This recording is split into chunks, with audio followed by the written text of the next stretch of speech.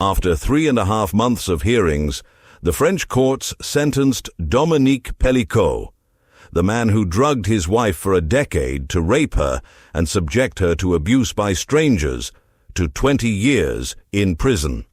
The verdict was met with some disappointment as it established the maximum sentence for the mastermind, but not for his accomplices.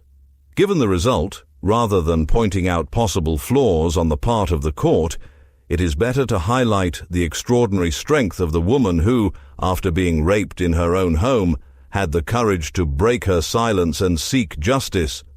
Dominique Pelicot, 71, confessed to having drugged his wife Gisèle, 72, and offered her to 83 men to rape her, 50 of whom were identified and tried.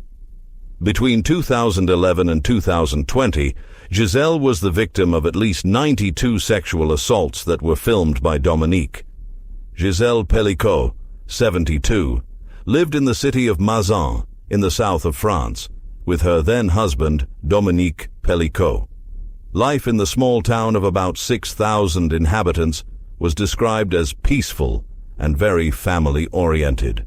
Dominique Pelicot, 72, said he grew up in a harmful family environment with an authoritarian and tyrannical father. According to his lawyer, he suffered a series of traumas in childhood before falling into perversity. According to the defense, the defendant had a dual personality. The person responsible for the mass rape had also been accused of 2 other crimes. In 1991, he was named as a suspect in the rape and murder of Sophie Narm, a real estate agent. He denied involvement and the case was closed. In 1999, a new accusation of rape was made against another agent in the Paris region. In that case, he admitted involvement after his DNA was found on the victim, but the case had already been closed. These strangers, aged between 22 and 70, with professions as varied as firefighter, nurse, journalist, prison guard, and soldier, obeyed Dominique Pelicot's instructions. Because they wanted a submissive female body to penetrate, they calmly had sex with a retired grandmother whose heavily sedated body resembled a rag doll. There were 50 men on trial in the court, all of whom lived within a 50-kilometer radius of Mazan, a small town in the south of France where the Pelicots lived. They were, on the surface, like any other man. None of the 50 defendants, now aged between 27 and 74, were acquitted. But with the exception of Pelicot, all the defendants received sentences shorter than the 4 to 18 years requested by the prosecution. Gisèle became a symbol of feminism for having agreed to have the trial held in public and for the videos of the abuse to be seen without restrictions in court so that the shame would change sides. How did the victim discover that she was being raped? Gisèle discovered that she was being raped frequently by chance in 2020. That year, Dominique was caught trying to film under the skirts of 3 women inside a supermarket. After being arrested, Gisèle was called to give a statement at the police station. The officers then showed photos and videos that revealed her being raped by strangers inside her own home. The victim was visibly unconscious in the recordings. The police discovered these images after seizing a computer belonging to Dominique. Investigators also found conversations between the accused and other men in which he invited them to have sexual relations with Gisèle. "I watched all the videos. They're not sex scenes, they're rape scenes. 2 or 3 of them were about me. I was sacrificed on the altar of addiction," the victim said during an interview in September. Gisèle felt pelvic pain and had memory lapses. Dominique accompanied her to the various appointments she had to investigate what was happening, without any doctor suspecting that her discomfort was the result of chemical submission and sexual abuse. The diagnosis came to light in the worst way. Inside a police station, when police officers revealed to Gisèle that she was raped in her bed by her own husband and by other men he invited to participate in the attacks. It took her 2 years to pluck up the courage to watch the videos of her rapes. The defendants included a carpenter, a cook, a truck driver, a firefighter, a nurse, a laborer, a plumber, a butcher, a temporary worker, a delivery man, a salesman, a prison guard, a soldier, a journalist, a gardener, a restaurant manager, an electrician, and a baker. Half of the defendants were married or in a relationship, and 37 of them had children. A kaleidoscope of French society which reveals that the rapist is not a monster, but an ordinary man who works, is married, and has children. The criminal may be inside your home, and the weapon may be the medicine kept in the cupboard. Dominique Pelicot made it clear that there is no safe place in the world to be a woman.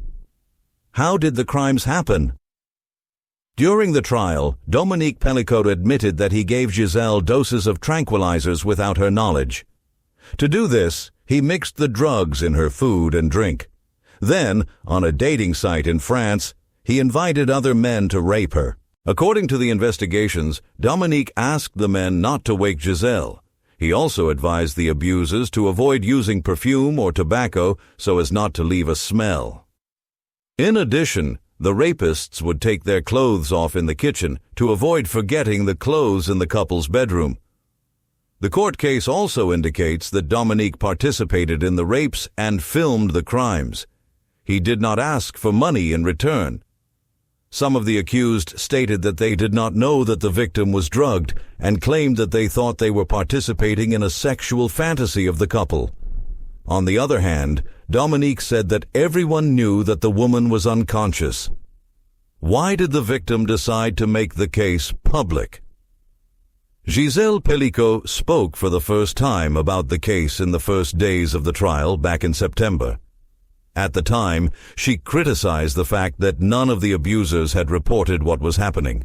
These gentlemen allowed themselves to enter my house. They did not rape me with a gun pointed at my head. They raped me with full awareness. Why didn't they go to the police station? Even an anonymous phone call could have saved my life, she said.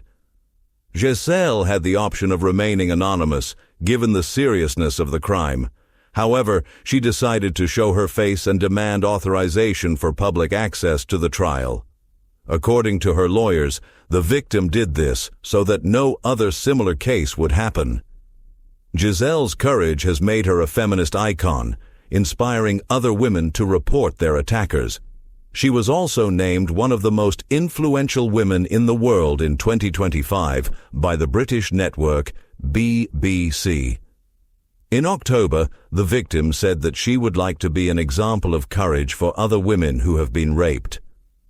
I don't want the victims to feel more ashamed, but the attackers do, she said. The trial period. Dominique Pelicot's trial began on September 2nd in Avignon, in the south of France. During the hearings, Caroline, his daughter, also discovered that her father kept nude photos of her.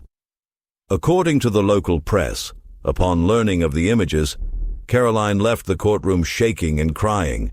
She was supported by her two brothers and only returned 20 minutes later. The photos in question were found on Dominique's computer in a folder named Around My Daughter Naked. Dominique denied having drugged and raped her daughter. However, Caroline told the French press that she doubted her father. Another case that drew attention during the hearings was the account given by Jean-Pierre Maréchal, a friend of Dominique. He said that he copied the method used by the accused to rape his wife. During his testimony, Maréchal stated that Dominique also raped his wife. He said he regretted the crime. The friend of the accused also became a defendant in the case, despite not having abused Gisèle. In the last hearing of the trial, on Monday, 16th, Dominique asked for forgiveness from the family and said that he admired the courage that Gisèle had in making the case public. Everyone here, despite the presumption of innocence, is guilty, just like me, he said. By renouncing her anonymity, Gisèle exposed the seriousness of the crimes, making it difficult for the defendants to defend themselves. Guided by their lawyers, the defendants claimed that they believed they were participating in a sexual game. Many said they thought Gisèle was aware. Others argued that, given her husband's approval, they did not imagine it was rape. The videos showing Gisèle unconscious, sometimes snoring, with her body heavy on the bed, helped to refute these arguments. The rawness of the scenes sparked a profound debate on the concept of consent, something so simple, yet little understood in societies that still live with structural machismo, to the point of starting a broad discussion to include the definition of consent in the sexual act in the French Constitution. I wanted, when I opened the doors of this trial on September 2nd, for society to be able to appropriate the debates that took place there. I have never regretted that decision, Gisèle told journalists this Thursday, 19, after the verdict. I am now confident in our ability to collectively achieve a future in which all, women and men, can live in harmony, with respect and mutual understanding, she added. By agreeing to show her naked body violated by so many men, Gisèle made the trial take on a new dimension and become known worldwide. In the first hearings, Gisèle appeared in court wearing sunglasses. But after being surrounded by the solidarity of other women, her gaze became more prominent and proud. Thousands of women attended the hearings and held demonstrations in the streets, carrying signs with the slogan, "For shame to change sides." Gisèle carries the strength and pain of a woman who spent 50 years with a husband she loved deeply and who had to rebuild her life.